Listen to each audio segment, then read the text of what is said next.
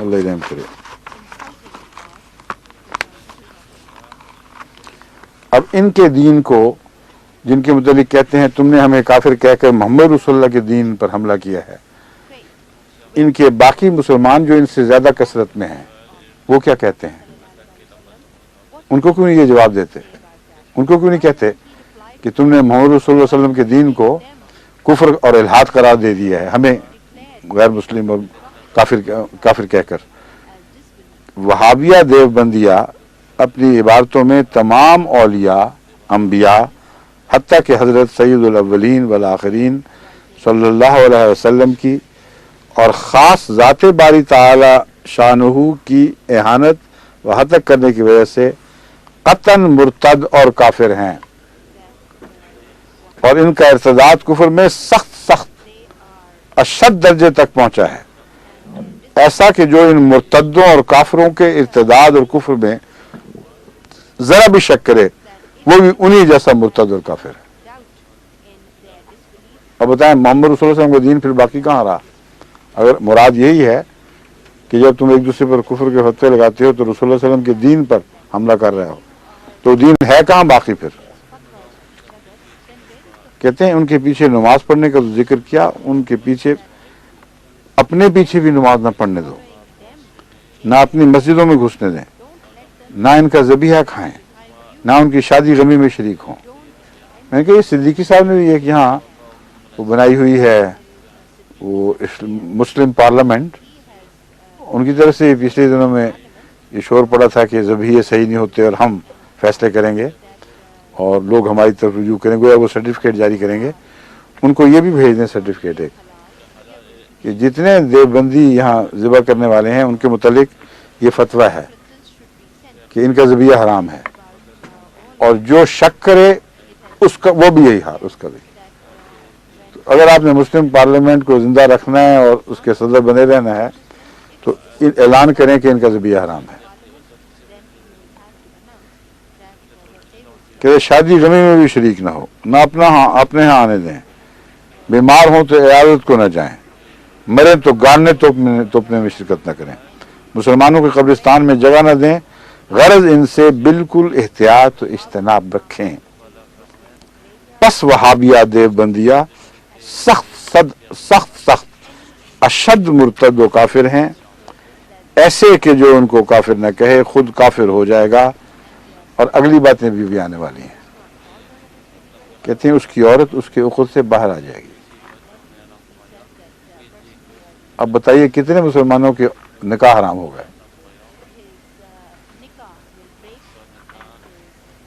اور جو اولاد ہوگی کیا ہوگی؟ جب عورت عقد سے باہر آ گئی تو یہ کچھ لگی لپٹے نہیں رکھتے، کھل کے بات فرمانے والے مولوی صاحب ہیں۔ کہتے ہیں جو اولاد ہوگی وہ حرامی ہوگی، ازرو شریعت ترکہ نہ پائے گی۔ اس اشتہار میں جو دستخط ہیں ان میں سید جماعت علی شاہ صاحب، حامد رضا خان صاحب قادری، نوری، رضوی اور مولوی کرم الدین بھی، محمد جمیل احمد بدایونی، عمر النعیمی مفتی شرع اور ابو محمد دیدار علی مفتی اکبر آباد، ان سب کے دستخط اس فتوے پر شامل ہیں۔ اور اس تفصیلی فتوے میں مولوی صاحب اور ان کے ہم مذہبوں کو زندیق بھی قرار دیا گیا ہے۔ تو ان کا میں حال کھول دیتا ہوں، ان کو یاد کراتا ہوں۔ اس اصول کو اگر یہ سچے ہیں کہ اگر تم کسی اور سے مذہبی اختلاف کی وجہ سے اس حد تک اختلاف کرو کہ تم سمجھو کہ اس کا دین سچا اسلام نہیں رہا، تو اس کا یہ مطلب ہوتا ہے کہ محمد رسول اللہ علیہ وسلم کے دین کو نعوذ باللہ انسان کفر قرار دے رہا ہے۔ اگر یہ تم سچے ہو تو یا آپ فتوے جاری کر دو سب پر۔ باقی پھر انشاءاللہ کہتے ہیں وقت ختم ہو گیا، آج ذرا تھوڑا وقت ہوتے ہیں نا میرے دن، یہاں سے جو بقیہ وہ کل انشاءاللہ آئندہ جب بھی ہوگا۔ اچھا جی،